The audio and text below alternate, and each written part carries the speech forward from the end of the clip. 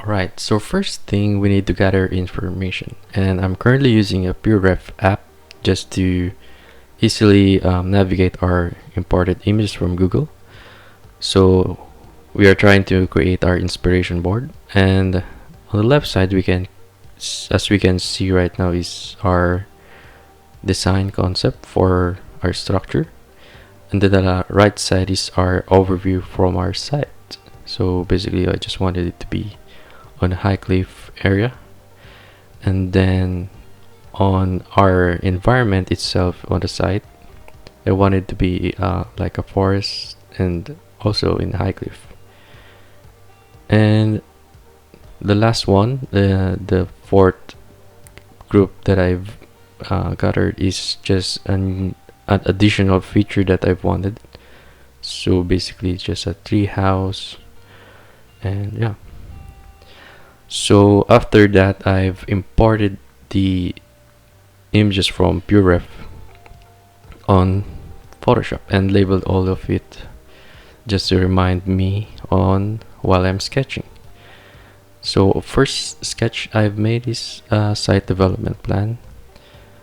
As you can see, I've sketched some boundaries from our cliff and some contour, and started doing some footprint for our foundation, and also creating an environment for our trees. So basically just this is imaginary environment for our project sample. And after the site development, I've created the elevation plan, and using site development I project all of the foundation and all of the trees and some concept for design. So in our perspective, we have a quick sketch just to create or visualize our design.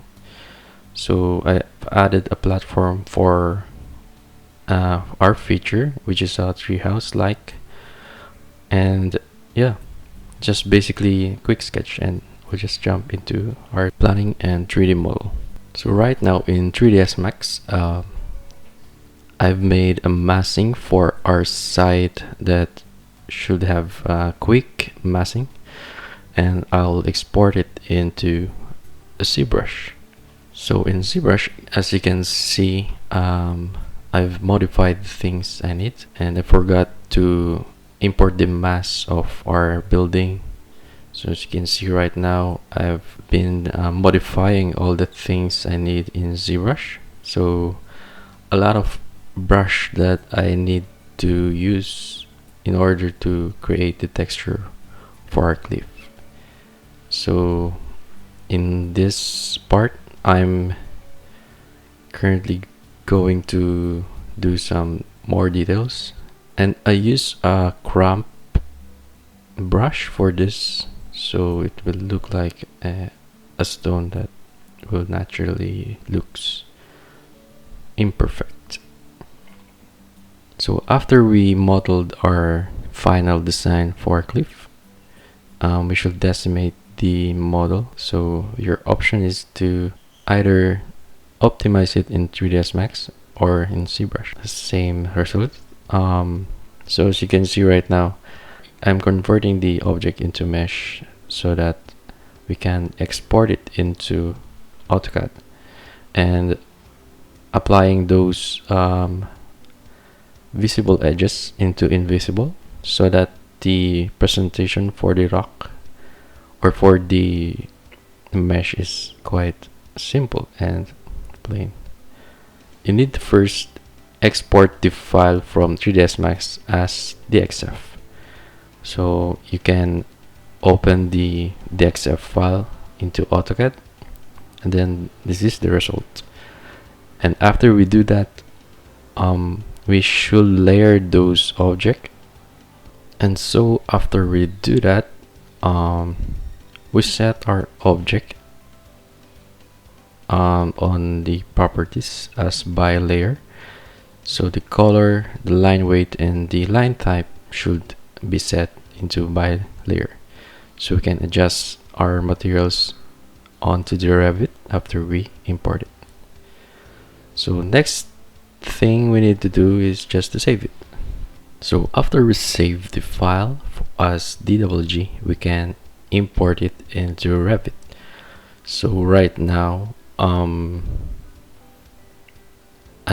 quickly sketching out the masses for our building.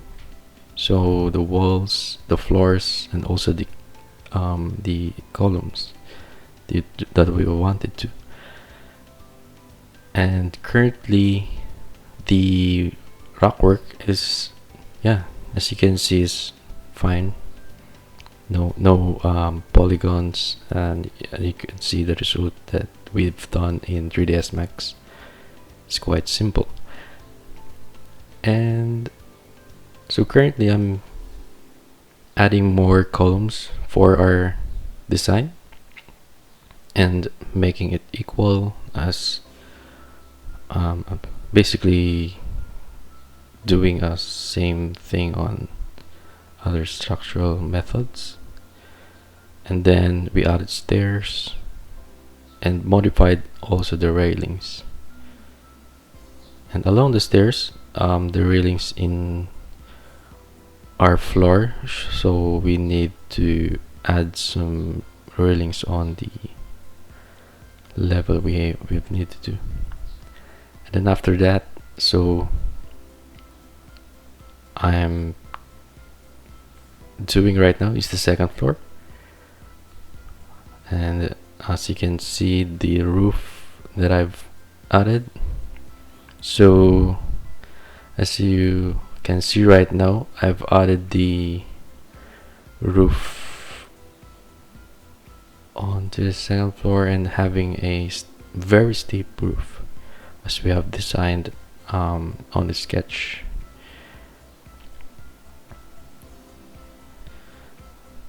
So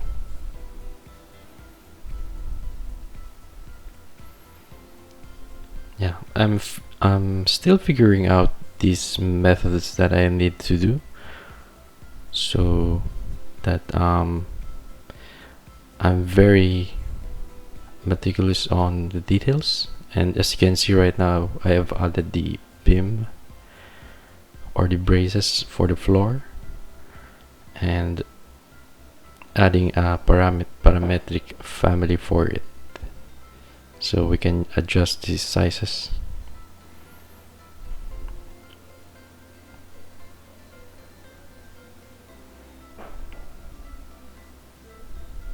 And also customizing the columns that we needed to be.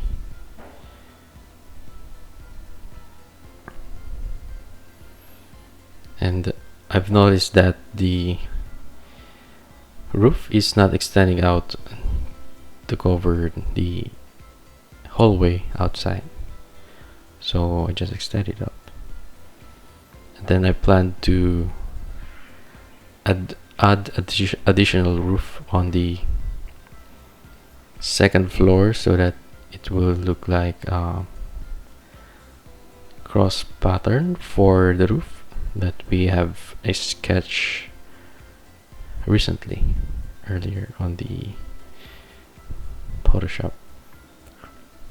And I'm not quite happy about the roof that I've done, so I just lower it down to make it more interesting.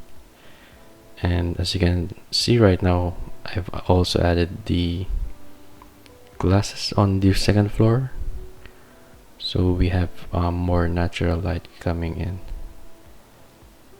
And then I've decided designing a circular stairs from the first floor onto the second floor and mirror down it to the other side.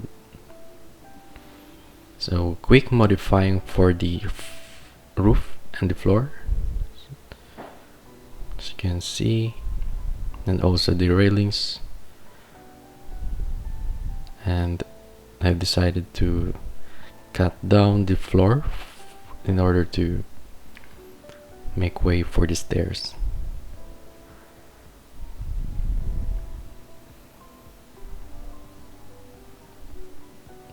So right now I'm modifying the spacing for the mullions in our curtain wall and adding a braces for more support on our roof.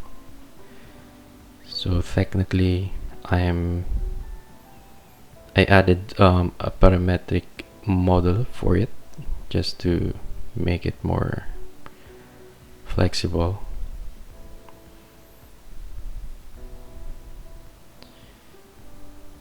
And the method I've used here is Cope Cut. There is a tool that Revit use that we can use to extend the beams and cut down the beam onto the next beam. So basically it's just a joint method that we can visualize, even though it's not technically usable for right now, just to basically conceptualize your structure. And then after that I've decided to compare side by side. So it really helped me a lot to design initially from Revit and synchronize the Lumion file. So I've used the live sync for it so that we can see the after result on the design.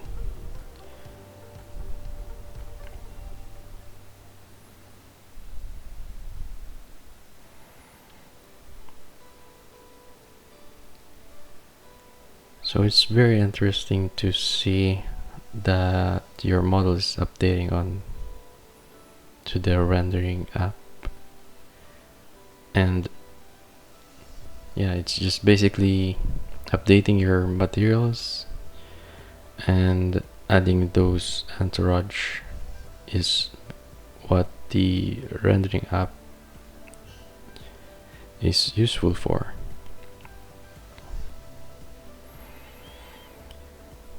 So the advantage of using the live sync app for the Lumion, you can go around and check all the seams that you need to fix. So as you can see right now, the beam is protruding through the hallway, so I need to fix that one and use the Revit file. So the Lumion is dependent on the 3D view from Revit.